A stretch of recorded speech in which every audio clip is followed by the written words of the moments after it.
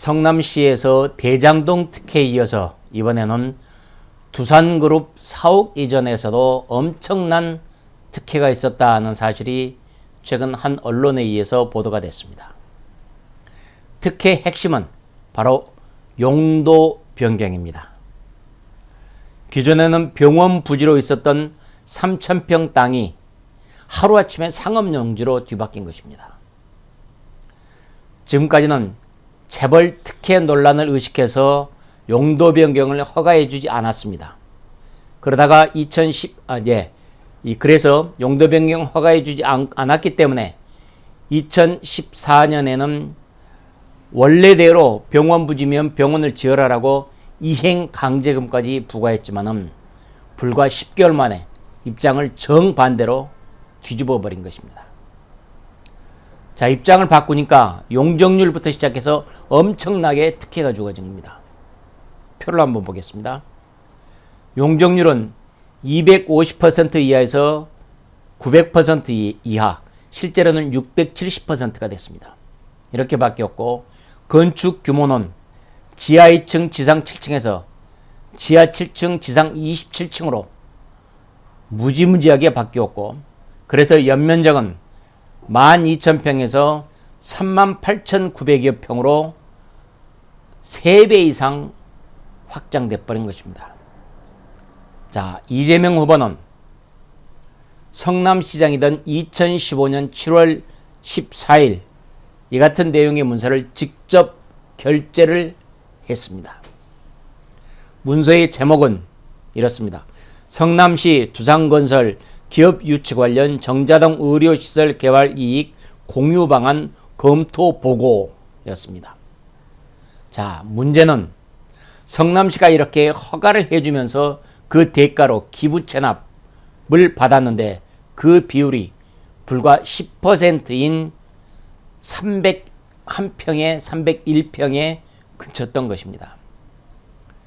국토부 훈령에 따르면요, 기부 체납을 최대 24.9%, 그러니까 742평 기부 체납 받았던 것에 2배가 넘죠. 700평 이상까지 받을 수 있는데 성남시는 그 절반도 안 되는 10%밖에 기부 체납을 받지 않았던 것입니다. 자, 이렇게 기부 체납이 줘야 될 땅을 절반 이하로 줬으니 두산그룹으로서는 엄청난 이득을 본 것이죠. 이 개발 사업으로 당시 자금난을 겪고 있던 두산은 숨통이 트였다고 합니다. 이 땅을 담보로 해서 1,300억 원의 대출을 끌어왔기 때문입니다. 실제로 이 백현동은 제2의 대장동으로 불리고 있고 옹벽 50m짜리로 유명하죠. 이 백현동 개발에서 성남시는 기부 체납 비율이 최소 20%였습니다. 22.8%에서 30%까지 기부 체납을 받았던 것입니다. 자, 백현동 개발이요, 자연녹지에서 준주거지역으로 4단계나 뛰었습니다. 자연녹지에서 주거 1종, 주거 2종, 주거 3종, 다음에 준주거, 이렇게 해서 4단계나 뛰는 특혜를 준 건데 이때도 기부 체납 비율이 최하 22.8%였습니다. 그러니까 그런 엄청난 특혜를 주었을 때보다도 절반 이하로 더 기부 체납 비율이 줄어든 것입니다.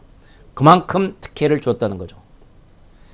이렇게 되니까 이 같은 조치에 대해서 당시 성남시 의회의 같은 당 소속인 민주당 시의원들조차도 성남시 의회에서 문제를 지적했습니다. 성남시 박호근 민주당 시의원이 발언을 보면요, 2015년 7월에 이렇게 얘기했습니다. 한국식품연구원에서 20% 받으면서 두산에서는 10% 받는다면 말이 안 된다라고 질타를 했던 것입니다.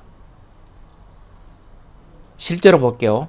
한국식품연구원의 경우는 R&D 용지에서 22.8%, 기반시설 용지에서는 30%를 각각 성남시에 기부했었습니다. 또 정자동 특혜로 유명한 한국가스공사 이전 자리 개발 때만 해도 성남시가 기부 체납받은 비율이 19.8%였습니다. 기존에는 20%에 이른 기부 체납 비율이 이 두산에서 10% 이하로 낮춰진 이 같은 특혜 때문인지 두산은 2015년부터 이재명 후보가 구단주였던 성남FC 축구클럽이죠. 성남FC에 42억 원을 후원을 했습니다. 자, 이러니까 대가성 후원금이 아니냐라는 말이 당연히 나오기 마련입니다. 두산이 그 땅을 매입할 당시에는 70억 원대였습니다. 그런데 이 땅이 특혜를 받아서 지금은 무려 1조 원을 웃돌고 있습니다. 대장동 게이트보다도 훨씬 더 큰 특혜를 줬다는 말이 나오는 것이 바로 이 때문입니다. 70억 원짜리가 무려 1조 원으로 뛴 겁니다. 2015년 7월에 두산건설과 이재명 시장은 정자동 두산계열사 사옥 신축 이전을 위한 협약을 맺었는데 이 협약에는 일체의 처분 행위, 재산 처분 행위에 대해서 사전에 서면 동의를 받도록 되어 있습니다.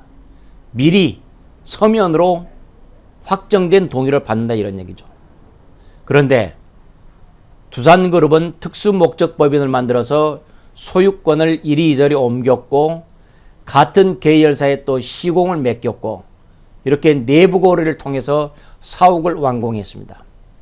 그랬다가 이 완공된 사옥을 지난해 2월에는 부동산 자산 관리 회사에 6,200억 원에 매각했던 것입니다.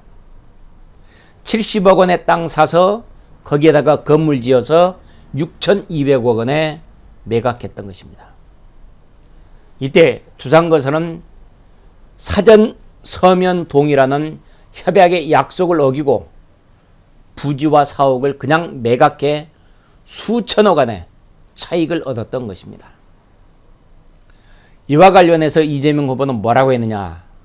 당시 언론 인터뷰에서 두산이 시세 차익만 챙긴다면 건축허가 취소는 물론이고 지은 건물도 철거하는 등 특단의 조치를 취할 것이다 라고 했지만은 순전히 말뿐이었습니다. 말로만 했고 전혀 행동은 취하지 않았습니다. 결국 두산건설의 협약 위반을 이재명 시장이 눈 감아준 게 아니냐 라고 밖에는 볼 수 없는 것입니다.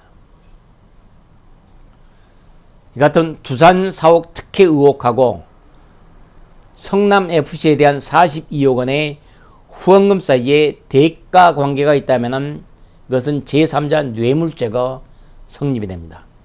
그런데 과연 지금의 검찰이 이 문제를 제대로 파헤칠지 의문이 들 수밖에 없습니다.